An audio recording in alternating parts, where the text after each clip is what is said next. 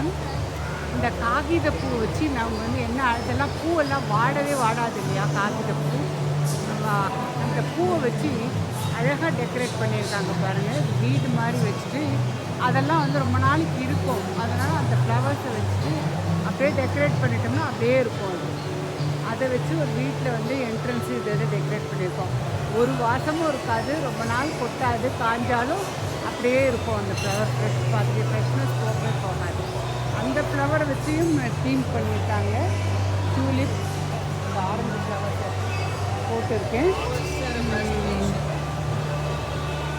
சாப்பிட்லாம் இங்கே ஃப்ரெஞ்சு. அதனால் இந்த காகித பூ வச்சு கொட்டுறதுக்கு உங்களுக்கு ஒரு ஐடியாக்காக கொடுக்குறேன். எங்கன்னா காகித பூ கிடச்சிதுன்னா நீங்கள் வீட்டில் அழகாக இந்த மாதிரி ஒரு ஆர்ச் போட்டால் ரொம்ப அழகாக இருக்கும்.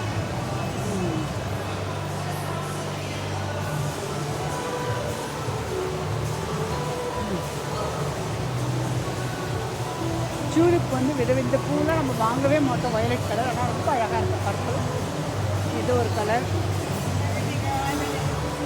வீடியோ பிடிச்சிருக்கும்னு நினைக்கிறேன். நன்றி.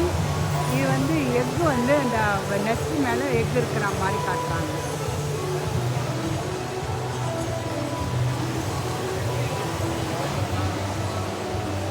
நன்றி, வணக்கம்.